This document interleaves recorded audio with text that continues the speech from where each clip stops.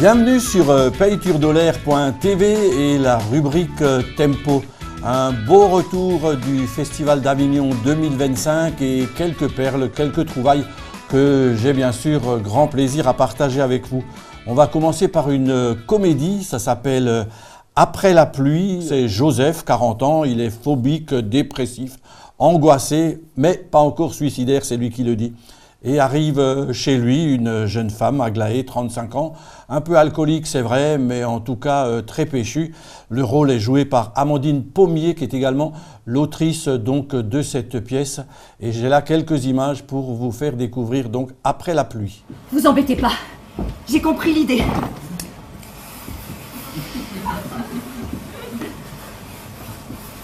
Mon écharpe. Ah super. Oh, j'y tiens, vous savez. Bon, c'est vrai, c'est un peu comme mon doudou. C'est plus sentimental qu'autre chose, mais en fait, elle est faite en véritable poil de testicules de yak. Vous voulez toucher? J'ai pas l'air comme ça, mais je fais mon petit effet bœuf aux filles. Oh là là. Aglaé, ça va? Oui, Aglaé, la petite truie. Oui, Jacques. C'est donc quelques images de Après la pluie, une pièce, je le rappelle, jouée par Amandine Pommier.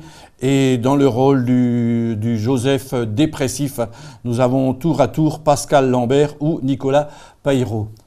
On poursuit avec une autre découverte. On est dans un théâtre un peu plus classique, bien classique d'ailleurs.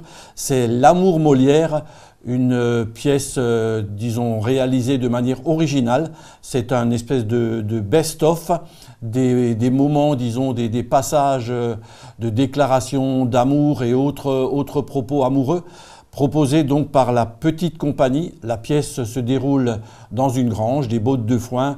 Molière est là, un repas bien arrosé, les dames sont présentes aussi, et on a là un beau florilège de quelques extraits des plus célèbres pièces de Molière. Et pour vous faire plaisir, une découverte en images. Doucement, je n'aime pas les patineurs. Laisse-moi la petite, je n'en ai pas rêvé. Claudine.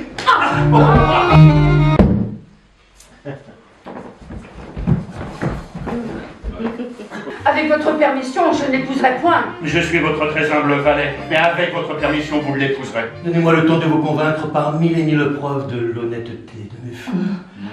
Hélas, qu'avec facilité on se laisse persuader par les personnes que l'on aime. On reste toujours dans un théâtre classique avec Le Menteur de Pierre Corneille. C'est vrai que ce n'est peut-être pas la pièce la plus connue. La mise en scène et l'adaptation est de Marion Bierry. Et pour l'histoire, Dorante, qui a fini ses études, revient à Paris et il est bien résolu à profiter bien sûr des situations que peuvent procurer à la fois la ville et surtout la capitale. En compagnie de son valet, celui-ci fait de belles rencontres, de deux jeunes filles notamment, et pour les éblouir, bien sûr, il s'invente à la fois une carrière militaire et beaucoup d'autres situations qui feront que la pièce nous fera passer par beaucoup de rires, beaucoup d'émotions, du chant également. C'est Le Menteur de Pierre Corneille qu'on découvre avec le Théâtre Poche Montparnasse. Et là encore, quelques images. Quiconque vous l'a dit s'est voulu divertir. Est-il un plus grand fourbe? Il ne sait que mentir. Qui vous l'a dit? Lui-même. Oh. La blonde comme la brune, en moins de rien me déplaît. Si je fais un peu de braise, alors que l'humeur m'en prend. C'était donc Le Menteur de Pierre Corneille, mise en scène et adaptation Marion Bierry, une pièce proposée par le Théâtre Poche Montparnasse, une pièce peut-être vouée également à tourner. Donc n'hésitez pas bien sûr à revenir vers les compagnies que j'ai le plaisir de vous présenter aujourd'hui après tous ces coups de cœur d'Avignon. Pour poursuivre, peut-être une de mes pièces préférées, un gros coup de cœur. Alors, je vous avais déjà parlé il y a quelques années de Nicolas Taffin qui jouait à l'époque dans une pièce qui s'appelle Pigment.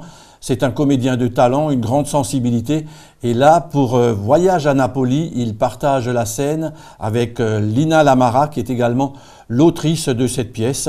On démarre avec un couple visiblement très heureux, qui aime notamment les spécialités italiennes. Ils adorent les carbonara, moi aussi d'ailleurs.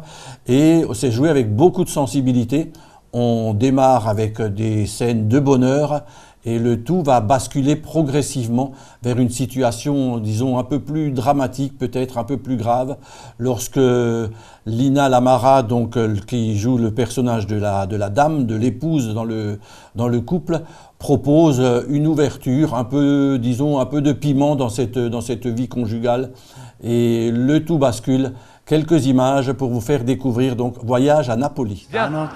Qui peut me donner une définition de l'amour? Oui, c'est naturel. Combien de fois par semaine on fait la soirée Pâques? 3 à 4, ça dépend. Combien de fois par semaine on fait l'amour? 3 à 4, ça dépend. Non, arrête.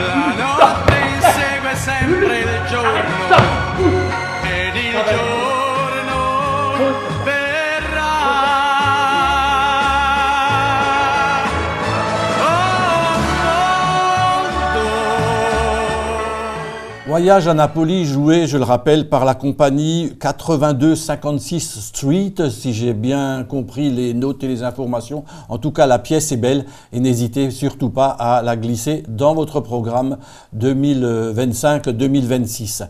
On poursuit avec un humour très percutant avec l'affaire Buckingham. C'est vraiment des bons moments de fou rire, un humour décalé. C'est une comédie drôle, mais également musicale et un tantinet historique. On y retrouve bien sûr le roi, on y retrouve la reine, les fameux ferrets que le mousquetaire doit récupérer. Enfin bref, une belle histoire, très rythmée. C'est proposé par la compagnie Croc en Jambes. Quelques images pour vous faire découvrir l'affaire Buckingham que je vous invite bien sûr à là aussi à glisser dans votre programmation. Si vous êtes organisateur et si vous êtes bien sûr public passionné de théâtre, n'hésitez pas à aller découvrir l'affaire Buckingham tout de suite en images. Mon plan se découpe en 4 points cardinal. Cardinaux. Que dis-tu? Oh, c'est chaud, ce n'est pas bien. Ça va, je vous dérange? J'aime les ponchos avec des lamas sur le dos. Moi j'aime les ponchos. C'était après un beau séjour au Festival d'Avignon 2025, quelques perles, quelques pièces qui m'ont particulièrement marqué et que je vous invite à découvrir, celle-ci bien sûr parmi tant d'autres, et que vive le théâtre vivant. Vous étiez sur Payture Dollar, la rubrique Tempo, avec un petit compte-rendu du Festival d'Avignon 2025.